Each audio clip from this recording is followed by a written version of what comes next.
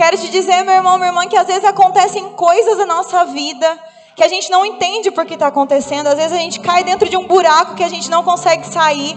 Uma situação de dor, de sofrimento que a gente não entende. O nosso braço às vezes é curto demais para sair daquele lugar. Mas Deus às vezes nos coloca dentro do poço para que só Ele possa nos tirar. Então essa situação que talvez você esteja passando na sua vida que você não entenda, é a mão de Deus tentando te levantar para você entender que só Ele consegue. Amém? Essa noite é uma noite muito boa. Deus tem grandes coisas para nós. Se você trouxe a sua palavra, abre comigo no livro de Deuteronômio. Lá no comecinho, Deuteronômio é o 5º livro do Pentateuco. O 5º livro da Bíblia. Deuteronômio 5, versículo 32. Enquanto você abre, reza comigo. Santo anjo do Senhor, meu zeloso guardador, se a ti me confiou a piedade divina, sempre me rege, me guarda, me governa, me ilumina. Amém. Acharam? Amém? Deuteronômio 5. Acharam? Boa noite! Só começa falando boa noite, pessoa mal educada. Que alegria estar aqui com você nessa noite no nosso grupo de oração. Faz muito tempo que eu preguei no grupo de oração a última vez. Não tinha nem meu primeiro filho, já estou grávida de novo. Você vê como faz tempo. Foi esse ano ainda, mas várias coisas já aconteceram. E é uma alegria estar aqui com vocês. Se você não me conhece, quem aqui não me conhece? Levanta a mão. Tem alguém que não me conhece? Algumas pessoas. Prazer, eu sou Beatriz Maria. Sou filha dessa comunidade, tenho 31 anos. Sou casada com um homem maravilhoso, sou muito bem casada, rezei bastante. O nome dele é Diego Maria, um negão maravilhoso que está andando por aí. Sou mãe, graças a Deus, sou mãe do José Lucas, o bebê de 6 meses mais bonito dessa comunidade. E sou mãe desse bebê que está aqui na barriga, no forninho, já sou mãe 2 vezes. Agora essa fase aqui é a fase que a gente tem que explicar que está grávida, porque não parece só que você não faz cocô faz uns dias, né? Você fazer 4 meses essa semana, então é a época que você tem que se justificar. Isso aqui é barriga de gravidez, não é de cocô, tá bom? Bom, vamos lá. Deuteronômio 5, versículo 32, diz assim: observai, portanto, para agirdes conforme vos ordenou Javé, vosso Deus. Talvez a vossa tradução está diferente da minha, porque a minha é diferente a Bíblia, mas o contexto é o mesmo. Não vos desvieis nem para a direita, nem para a esquerda. Andareis em todo o caminho que Javé, vosso Deus, vos ordenou, para que vivais, sendo felizes e prolongando os vossos dias na terra que ides conquistar. São estes os mandamentos, os estatutos e as normas que Javé, vosso Deus, ordenou ensinar-vos, para que os coloqueis em prática na terra para a qual passais, a fim de tomardes posse dela. E assim temas a Javé teu Deus, e observes todos os seus estatutos e mandamentos, que eu hoje te ordeno, tu, teu filho e teu neto, todos os dias da tua vida, para que os teus dias se prolonguem. Portanto, ó Israel, ouve e cuida de pôr em prática o que será bom para ti, e te multiplicará muito, conforme te disse Javé, Deus de teus pais, ao entregar-te uma terra onde emana leite e mel. Ouve, ó Israel, Javé, nosso Deus, é o único Deus. Portanto, amarás a Javé teu Deus com todo o teu coração, com toda a tua alma e com toda a tua força. Que essas palavras que hoje te ordeno estejam em teu coração. Palavra do Senhor. O livro de Deuteronômio, ele é um resumo dos discursos que Moisés fez para o povo quando aquele povo estava caminhando no deserto. E esse aqui especificamente é o discurso em que Moisés desce da colina com as tábuas da lei e ele vai explicar para o povo de Deus o que é que Deus tinha pedido para eles. O povo estava sendo escravo no Egito. Eles estavam nas mãos do faraó. Aquele povo era escravo, ninguém lembrava deles, ninguém dava nada para eles, eles não tinham identidade, eles não eram mais ninguém. Passavam um perrengue danado, mas Deus olhou para aquele povo, viu o sofrimento, se compadeceu, e sendo um Deus que é apaixonado como é, resolveu chamar Moisés e tirar aquele povo do Egito, tirar aquele povo da escravidão. Então Deus vai lá, envia aquelas pragas, você lembra as pragas do Egito? Deus vai lá, envia as pragas, liberta o povo das mãos do faraó. Deus faz aquele povo atravessar o mar a pé enxuto. Deus abre o mar vermelho para que o povo atravesse. Quando aquele povo já está no deserto, Deus manda maná do céu para que aquele povo coma. Deus faz água sair da rocha para que aquele povo beba. Deus faz de tudo para que aquele povo possa entender que Ele cuida dele. E vendo aquele povo no deserto, Deus ainda faz mais. Ele olha para aquele povo que está livre, que está liberto, e vê que ainda falta alguma coisa. Às vezes a gente não sabe o que fazer com a nossa liberdade. Não sei se você já viu gente que fica presa há muito tempo. Às vezes você tem um conhecido que fica muito tempo na cadeia, ele sai e ele não sabe nem para onde ir, o que fazer. Acontece, porque a gente não sabe como agir com a nossa liberdade. E Deus, olhando aquele povo que não sabe ser feliz, mesmo sendo livre, chama Moisés de novo e fala: Moisés, vem cá. Eu vou te dar 10 mandamentos, 10 leis. E você vai mostrar para esse povo como é que eles vão ter que viver para ser feliz, de verdade. É isso que fala a palavra. Deus fala isso. Eu vos ordeno para que sejam felizes. Essa é a vontade de Deus para aquele povo. E a primeira coisa que Deus pede para aquele povo é esse mandamento. O primeiro mandamento: amarás o Senhor teu Deus de todo o teu coração, com toda a tua alma, com todo o teu entendimento, com toda a tua força. A gente olha para um pedido desse e talvez passe na nossa cabeça o mesmo que passou na cabeça daquele povo. Que fala: então foi por isso que Deus me tirou do Egito. Foi para que eu amasse Ele. Então é assim, né? Tá comprando meu amor agora. Como se Deus fosse carente e precisasse ser amado por mim. A gente olha esse mandamento e fala: mas e aí? Como é que faz? O que engrandece a Deus eu amar Ele? O que muda para Deus se eu amo ou se eu não amo Ele? Na teoria, não era um mandamento que mudaria muita coisa para aquele povo. Você consegue ver na prática a diferença entre não trair sua mulher, entre não roubar, entre não matar. Mas a hora que Deus pede para que aquele povo ame Ele, em primeiro lugar, mais do que tudo e mais do que todas as coisas, com toda a sua força, aquele povo olha para Deus e acha demais. O povo que tinha sido tirado do Egito, o povo que tinha visto as maravilhas de Deus, olha para aquele pedido e fala: esse aí não dá. É melhor ficar no Egito. Era melhor que Ele nem tivesse trazido a gente para cá. Se for para pedir uma coisa dessa, é melhor nem ter tirado a gente de lá. Existe uma dificuldade no nosso coração de viver o primeiro mandamento, de amar a Deus de verdade, com toda essa intensidade que Ele nos pede. E não é à toa. O pecado roubou de nós a certeza de que nós somos amados por Deus. O pecado roubou do nosso coração esse selo de que nós somos amados dessa mesma forma, nessa mesma intensidade por Deus. E é por isso que a gente não consegue amar de volta aquilo que a gente não acredita que nos ama de verdade. Aquele povo viu tudo aquilo, mas mesmo assim ainda achava que do jeito deles era melhor. Qualquer semelhança é mera coincidência com você. Que às vezes vive as maravilhas de Deus, a gente prova da mão de Deus, do amor dele, mas na hora que precisa mesmo a gente fala: mas eu acho que do meu jeito, eu acho que Deus não tá, Ele deve ter esquecido que agora não é desse jeito, deve ter esquecido que agora as coisas são assim. Aquele povo não conseguia mais ver a mão de Deus no maná que caía do céu. Aquele povo não conseguia mais ver a mão de Deus que tinha aberto o mar. Vai passando os dias, as coisas vão ficando comuns. E a liberdade que tanto tinha feito eles felizes naquele dia, aquele povo que glorificou o Senhor, que cantou salmos, que compôs músicas para Deus, depois de um tempo, achou que era demais.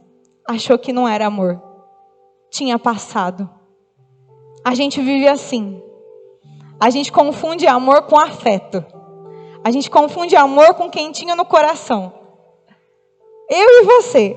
A gente gosta de vir aqui no grupo, na vigília, na missa, e é maravilhoso. Você vai nesses momentos de oração e o nosso coração ele aquece.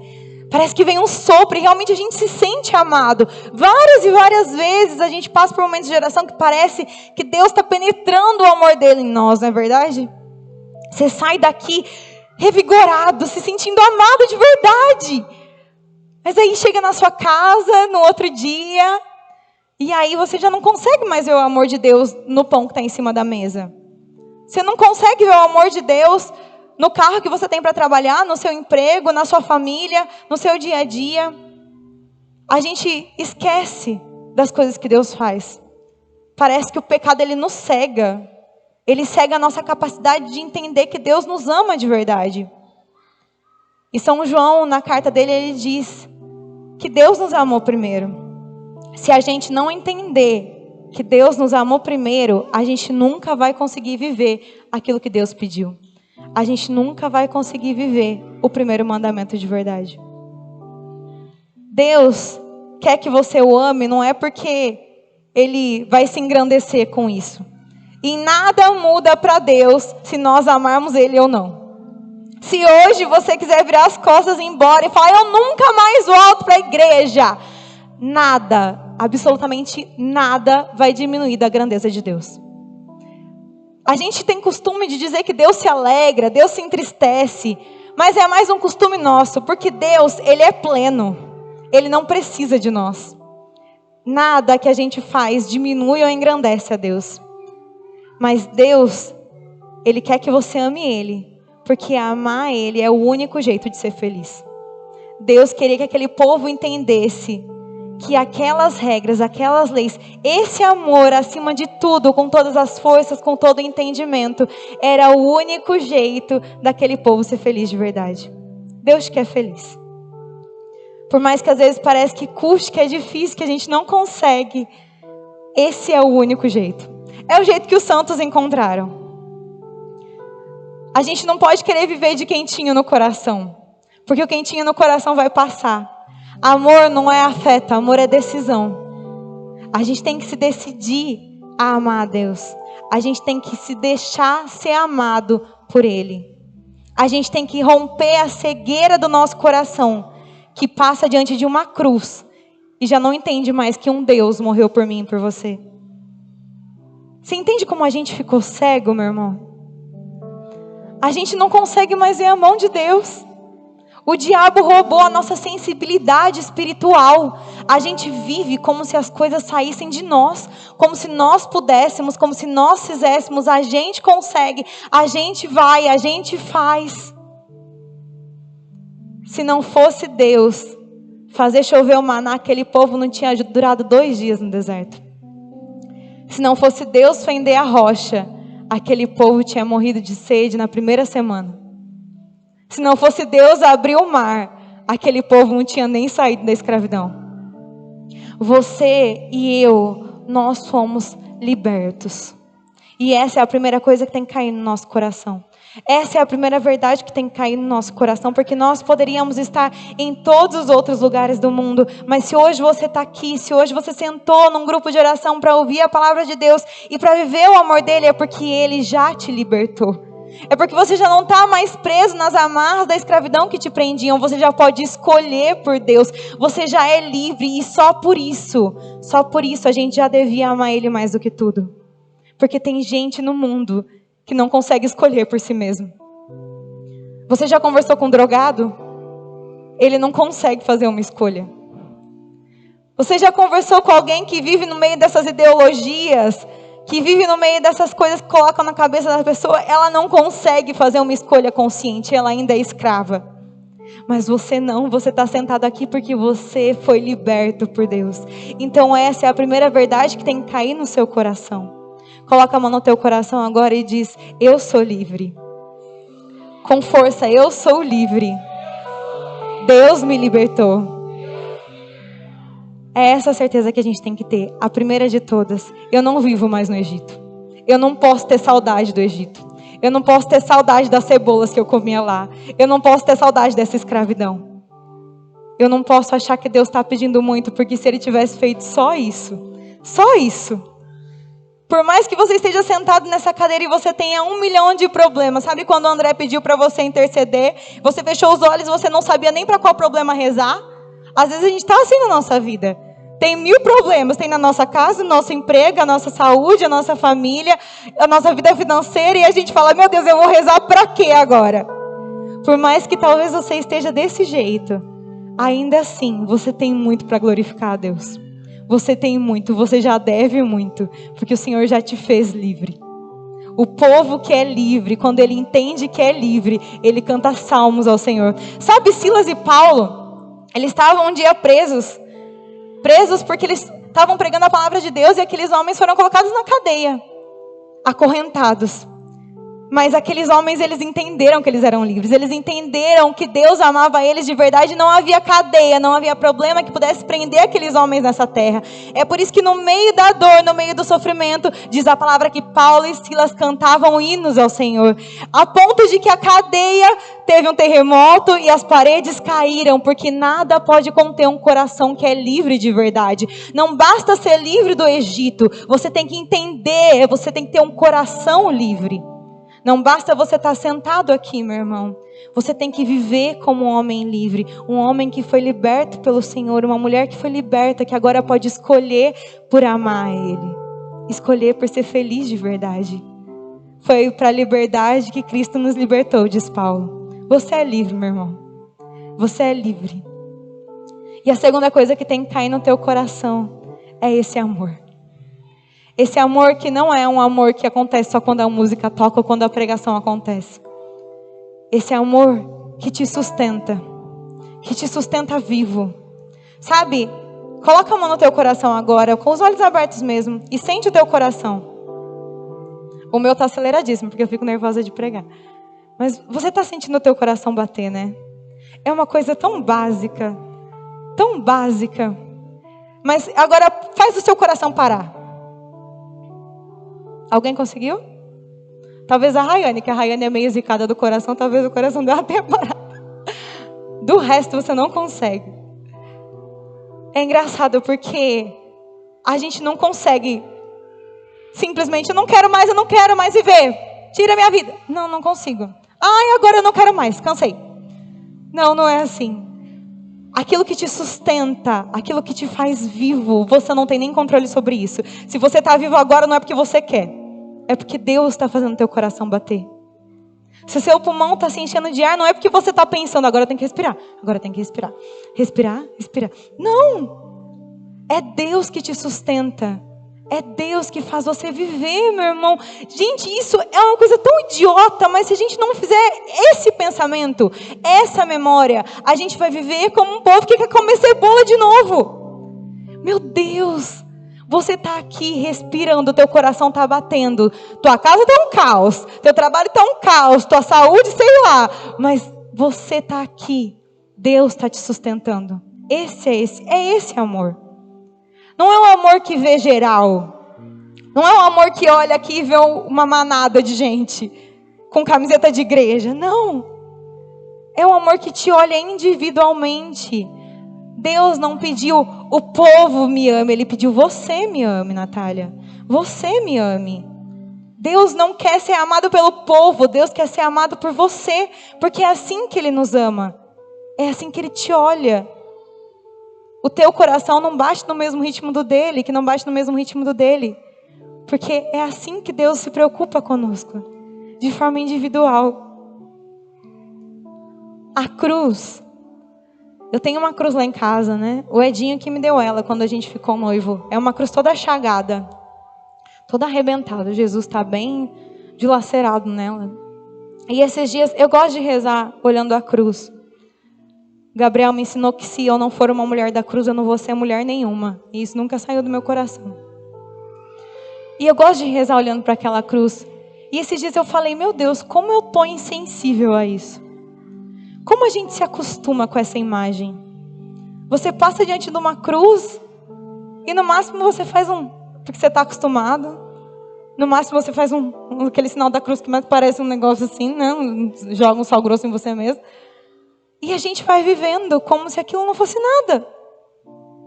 A gente vai vivendo como se não fosse a maior expressão de amor que pode acontecer no mundo. É um Deus. Um Deus. Se fosse um homem, apenas um homem, já seria um escândalo enorme. Eu fico pensando no José. Eu sou apaixonada pelo José. Nossa, o José, ele, assim, gente, caga na minha boca. Assim, o que ele quiser, ele faz comigo. Quem é mãe e pai é que sabe. A gente deixa... Gente, é um amor incondicional. Não tem nada, não tem como medir, não tem como comparar. E eu fico pensando, se fosse para eu morrer pelo José, eu morreria pelo José, tranquilamente. Não tranquilamente, claro que eu sofreria, mas eu morreria.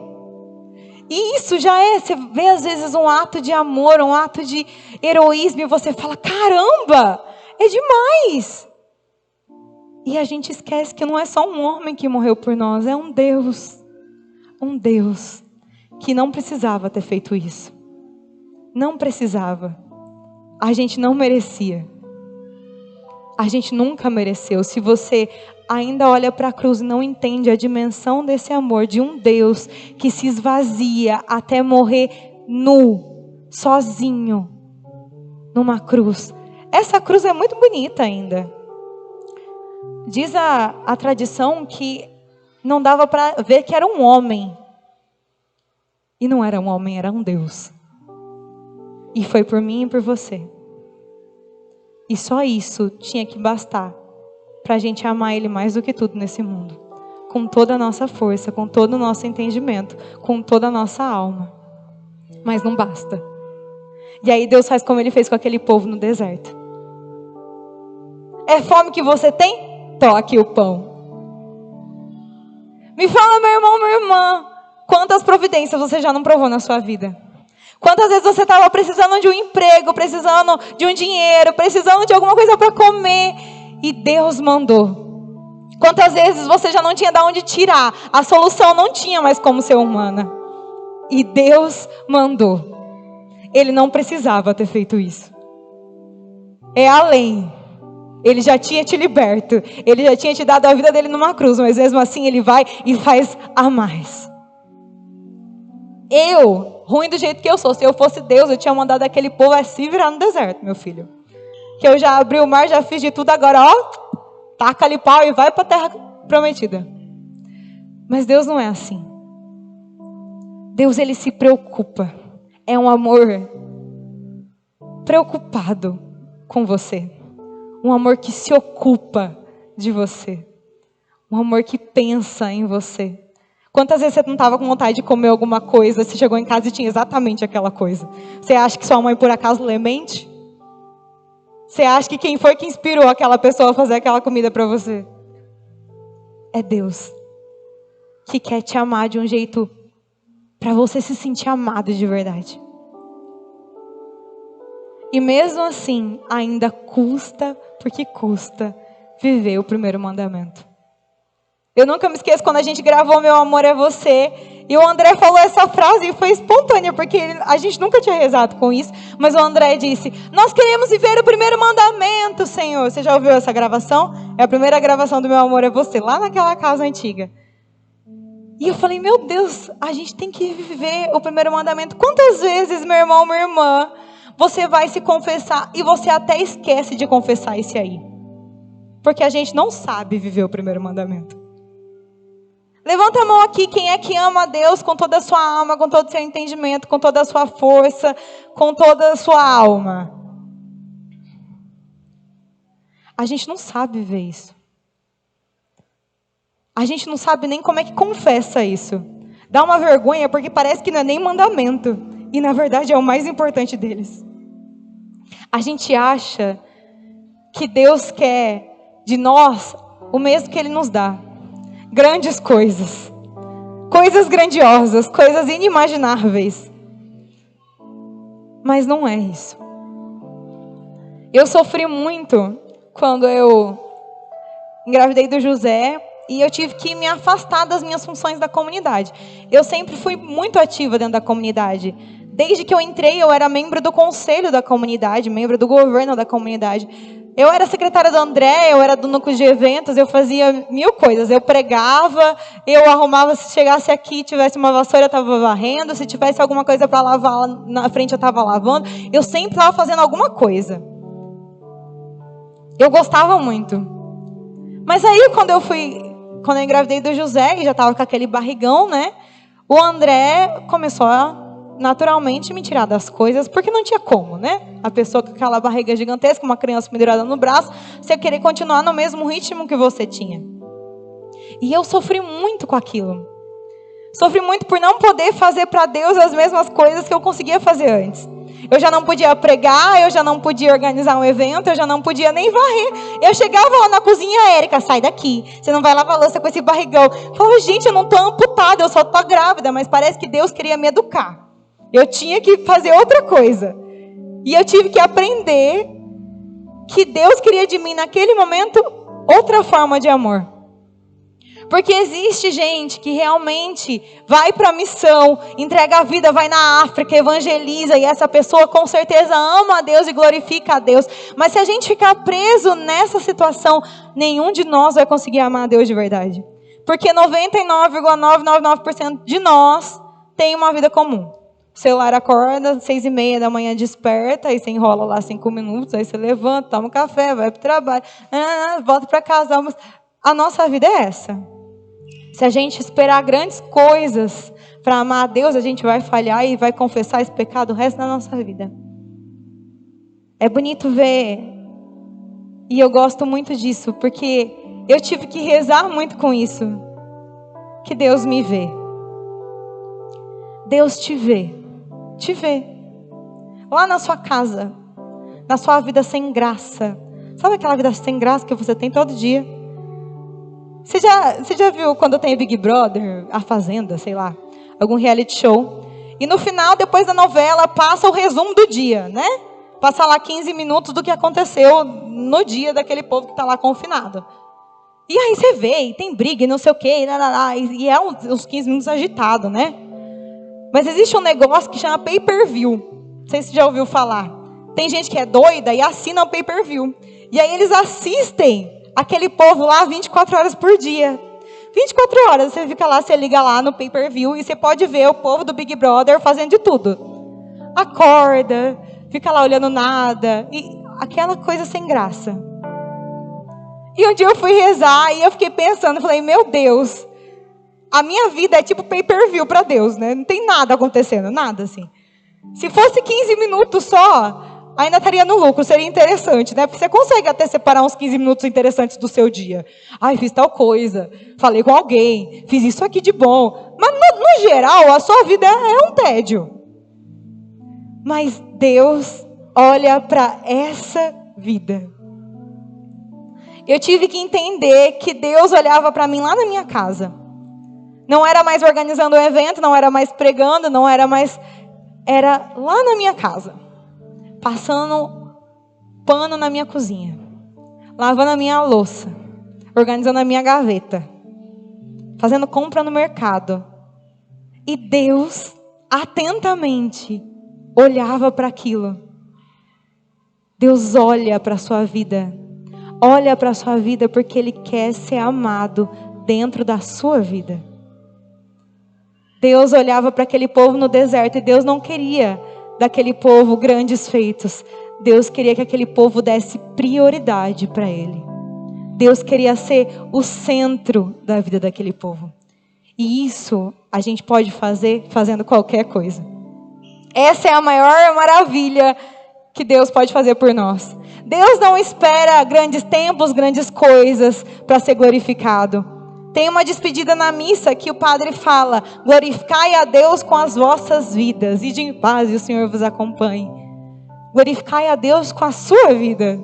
Essa vida aí, sem graça, que eu não queria assistir por nada, nem que você me pagasse.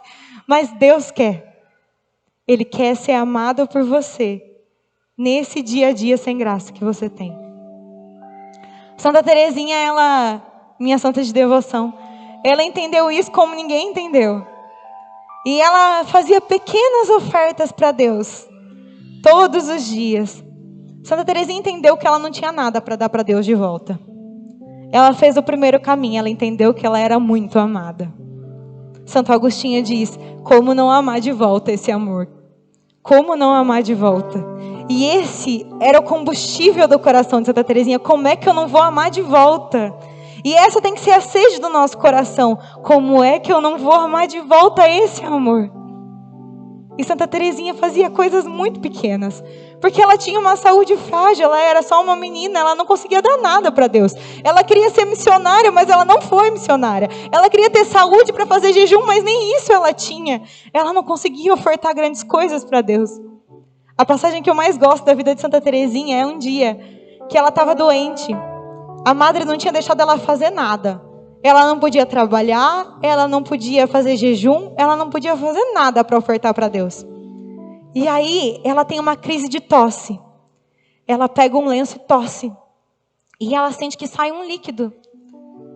E tá escuro no quarto.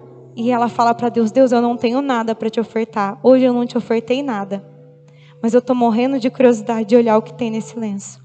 Então eu te oferto a minha curiosidade. E ela deixou o lenço no chão e foi dormir. E só olhou o lenço no outro dia.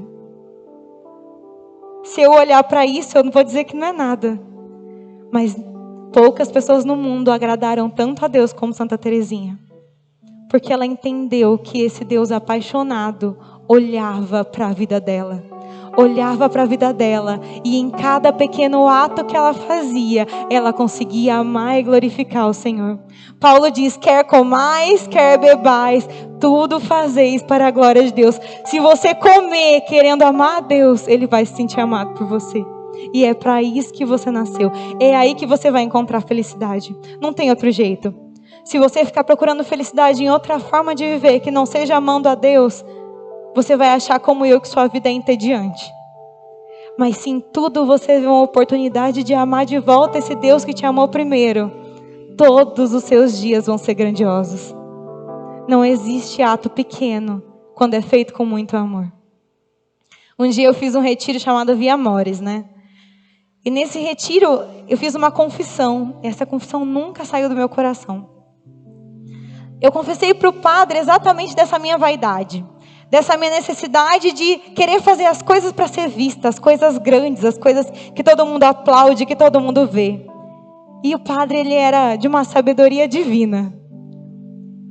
E ele falou assim para mim, minha filha, quando você morrer, você vai sentar numa cadeira diante de Deus. Ele era um padre, acho que ele era cubano, ele falava super enrolado. Mas eu entendi o que ele falou. Ele falou, você vai sentar numa cadeira diante de Deus, só você e Deus. E vai ter uma pergunta que vai mudar todo o seu destino durante a eternidade. Deus, ele não vai perguntar, e aí, você fez boas obras? E aí, você pregou em meu nome? E aí, Larinha, como é que foi? Você usou saia? E aí, você rezou muitos terços? Não. Deus vai olhar para você, minha filha, e vai perguntar, quanto você amou? E a resposta que você der para isso vai mudar o seu destino na eternidade. O quanto você amou. Quantas chances eu e você perdemos no nosso dia de amar a Deus de verdade.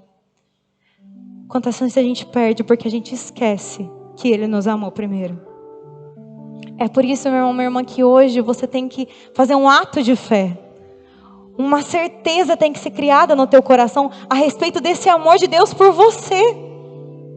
Para que você consiga em tudo amar a Deus de volta. Em tudo.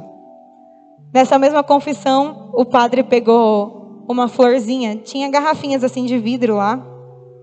E o padre pegou essa florzinha.